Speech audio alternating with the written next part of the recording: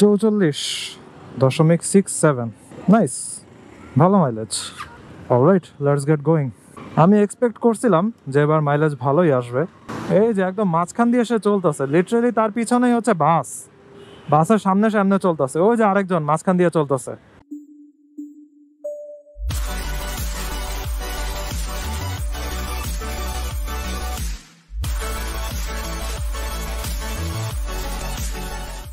এই what is going on. এখন বাজে হচ্ছে রাত 10টা। আমি যাব হচ্ছে ধানমন্ডির দিকে। সো মহাখালী ফ্লাইওভারের নিচে দিয়ে বিজেশনের দিকে যাব। তো বিজেশনে যাওয়ার আগে তেল ভরে নিব। চলছে হচ্ছে 261.7 কিলোমিটার, আর আরও 5-6 কিলোমিটার হয়তো বেশি হবে, কারণ তেল ভরার পরপরই আমি জিরো করি নেই। তারপর আমি বাসায় গেছিলাম, পরের দিন আবার বের হয়েছিলাম। আর তেল আছে হচ্ছে 4 দাগ। তো যাওয়া যাক। পড়ে গেছে এক ঝামেলায়, গুড়ি বৃষ্টি পড়া শুরু হয়ে গেছে। দেখি ফ্লাইওভারের নিচে দিয়ে যাই, ক্যামেরা বাঁচাইতে হবে। আবার ব্যাটারি নিয়েও এক সমস্যায় পড়ছি। আমার টেপ কিনা লাগবে, চিকন টাইপের টেপগুলা, চিকন এবং পাতলা। কারণ আমার 3টা ব্যাটারির ভিতরে একটা ব্যাটারিতে হচ্ছে গোপ্রোর অরিজিনাল ব্যাটারি, এবং অরিজিনাল ব্যাটারি আমার আগের যে গোপ্রো 9 ওইটারও এখনও আগের মতোই এক্স্যাক্ট সেম আছে। আর গোপ্রো 13রও অরিজিনাল ব্যাটারি পুরাই ইনট্যাক্ট, কিচ্ছু হয় নাই। কিন্তু অন্য যে ব্যাটারিগুলো আছে টেলেসিনের, ওগুলাতেই যত ঝামেলা। অলরেডি একটু ফুলে গেছে, এবং এই কারণে হচ্ছে জোরে টান দিয়ে বের করতে অনেক কষ্ট হয়, বাড়ি মাইরা বের করা লাগে। টেপ লাগাইছিলাম, টেপও ছিঁড়ে গেছে, আবার টেপ লাগাইতে হবে। সো ব্যাটারিটার উপর নিচে এরকম টেপ পেঁচায়া তারপরে একটা মাথা বের করে রাখা লাগে, ওই মাথাটা টান দিয়ে ব্যাটারিটা বের করি আর কি। প্রচুর ঝামেলা।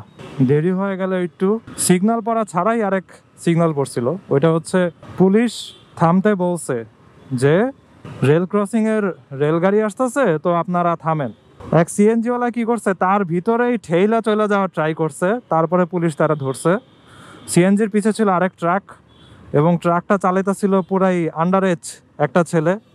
ওর বয়স মনে হয় 15 হয় না, এরকম ট্রাক চালাইতেছে ওই ছেলে। যাই হোক, পরে ওই সিএনজিরেও ধরছে, ট্রাকরেও ধরছে। দেন সিএনজিকে বলছে যে তুমি উল্টা চলে যাও। পরে সিএনজিওয়ালা আর রেল ক্রসিং যাইতেই পারা নাই, ও হচ্ছে উল্টা তারপরে গিয়ে হয়তো ফ্লাইওভার দিয়ে ঘুরে আবার আসবে। আর ওই ট্রাকওয়ালারা ধরছে, হয়তো কাগজপত্র চেক করবে।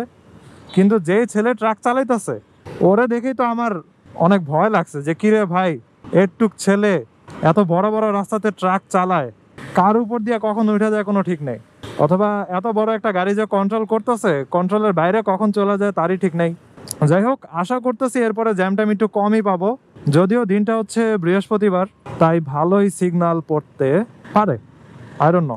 মোড় ঘোরার মাথায় পুলিশ দেখে একটু কনফিউজড হয়ে গেছিলাম। আমি ভাবছিলাম আবার চেক টেক করে নাকি। পেপার সব ওকে, ট্যাক্স টোকেন রিনিউ করায় ফালাইছি। 2 মাস তো কি বলি, 2 বছর তো হয়েই গেছে। 2 বছর পরে ট্যাক্স টোকেন করলাম আবার। পেপার সব কিছু ওকে, কিন্তু জাস্ট সময় যাবে একটু পুলিশ ধরলে। প্যারা নাই। বিকালবেলার বৃষ্টি হয়েছিল, আবার রাতে এখন বৃষ্টি হইতেছে গুড়ি পুরো ঠান্ডা ওয়েদার, জোস। ওই দেখেন, এই রাস্তাতেও টেসলা চলতেছে। টেসলাওয়ালারা কি ঠিক হবে না? এদেরকে কি কন্ট্রোলে আনা যাবে না? কিরে ভাই, সিরিয়াল ধরে দেখি টেসলা চলতেছে। এই যে আরেকটা, ঠ্যাংয়ের উপর ঠ্যাং উঠায়া চালিয়েছে ইচ্ছা মতো। এই যে আরো। যাই হোক, চলে আসছি ফুয়েল পাম্পে। মোটরসাইকেলের সিরিয়াল কেমন দেখা নেই। ওরে ভাই, মোটরসাইকেলের ভালোই লম্বা সিরিয়াল। লাইন 2টা না? ও, একটা লাইন। এই জন্যই বলি যে নাইলে তো সামনে আগা যেত আরেকজন।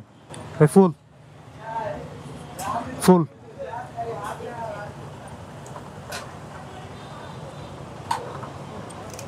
710 5.8 গোড়ায় চলে আসছে।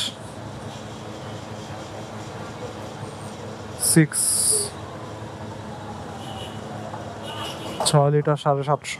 ওকে, 6 লিটার 750 টাকা নিল। দেখি কেমন আসছে। অ্যাপে যাই, ফুয়েল লক, ফুয়েল প্লাসে দেই। কারেন্ট অডোমিটার হচ্ছে টোটাল কত, 10,479, 10479। ফুয়েল ভলিউম নিচে হচ্ছে 6 লিটার। ফুয়েল ইউনিট প্রাইস 125 টাকা। Full tank safe. অ্যাপটা আবার অফ করি, আবার অন করি। 44.67, নাইস, ভালো mileage. Alright, let's get going. আমি এক্সপেক্ট করছিলাম যে এবার মাইলেজ ভালোই আসবে, সো 44 ইজ প্রিটি গুড, কারণ মোটরসাইকেল এখন ভালো কন্ডিশনও আছে। তারপরে টায়ার প্রেশার ঠিক করা হয়েছে, চেইন লুবিং দেওয়া হয়েছে, 2 টায়ারে পেরেক ছিল ওগুলো বের করা হয়েছে, সার্ভিসিং করানো হয়েছে। তাই আমি আশা করছিলাম যে মাইলেজ আবার একটু বেশি পাবো। যদিও যেসব রাস্তাতে চালাই ওসব রাস্তা খুবই খারাপ অবস্থা, কারণ ম্যাক্সিমাম সময় আমার ভিতরের রাস্তা দিয়ে যাওয়া লাগে, মনে করেন পুরান ঢাকা, বেড়িবাঁধ, তারপরে যে মহাখালীর দিকে যাওয়ার সময় কিছুটা ভালো রাস্তা পাওয়া যায়। এছাড়া বাকি যত জায়গাতেই যাই ম্যাক্সিমাম জায়গাতে একই অবস্থা। আর ভিতরের দিকে রাস্তাগুলোতে তো মনে করেন টেসলার কারণে ঠিক মতো মুভি করা যায় না। যাই হোক, তারপরও যে 45-এর মতো মাইলেজ পাইলাম, it's really great. Oh nice. আবার ফুল ট্যাঙ্কিতে মোটরসাইকেল রাইড করতেও একটু কেমন যেন মজা লাগে। আমি জানি না, থ্রটল রেসপন্সও কেন জানি অনেক ভালো হয়। আমি আগের মাইলেজের ভিডিওতে এই জিনিসটা জিজ্ঞাসা করছিলাম, একজন সাবস্ক্রাইবার ভাই কি যেন বলছিল, আমি ভুলে গেছি, যে তারও হচ্ছে এরকম সেম এক্সপিরিয়েন্স হয়, ট্যাঙ্কি ফুল করলে থ্রটল রেসপন্স অনেক ভালো পায়, এরকম জিনিস বলছিল। যাই হোক, এখন মানিক মে এভিনিউ দিয়ে ধানমন্ডির দিকে যাব। রাত 10টার পর মানেই হচ্ছে এখন মেইন রাস্তাতেও টেসলা, এই যে একদম মাঝখান দিয়ে সে চলতেছে, লিটারালি তার পিছনেই হচ্ছে বাসের সামনে সামনে চলতেছে, ওই যে আরেকজন মাঝখান দিয়ে চলতেছে। ভাই টেসলা মেসলার কোনো ভয় ভীতি কিছু নাই, এর হইতেছে পুরো রাস্তার রাজা। ওই যে আরেক টেসলা, আমরা সবাই তাদের প্রজা আর কি, তারা হইতেছে রাজা। যাক, একটা সুন্দর মাইলেজ পাইলাম, 10,000+ কিলোমিটার চলে মোটরসাইকেল, 10,000 কিলো পরেও 45 মাইলেজ পাইতেছি, হুইচ ইজ রিয়েলি স্যাটিসফাইং। তাও আবার সিটি রাইডিংয়ে, নট হাইওয়েতে। হাইওয়েতে আরও ভালো পাওয়ার কথা, যদি একদম 4,000-5,000 RPM চালাই একটা সুন্দর স্পিডে 5th গিয়ারে, তখন আরও ভালো RPM পাওয়ার কথা, কি বলি, আরও ভালো মাইলেজ পাওয়ার কথা। কথা উল্টাপাল্টা হয়ে যেতেছে, কারণ রাস্তায় এত দিক থেকে এত প্রেশার, চিন্তা অন্যদিকে চলে যেতেছে। নর্মালি আমি অলওয়েজ তো এইভাবেই কথা বলি রাইড করতে করতেই, বাট যখন মনে করেন সব দিক থেকে এদিক ওদিকের প্রেশার আসে, তখন ম্যাক্সিমাম সময় দেখা যায় যে আমি চুপ থাকি, আমি রাস্তার দিকে ফোকাস করি। পরে যখন ভিডিওটা এডিট করতে নেই, ওই জায়গাটা আমি কেটে দিই, যেসব জায়গায় আমি চুপ থাকি।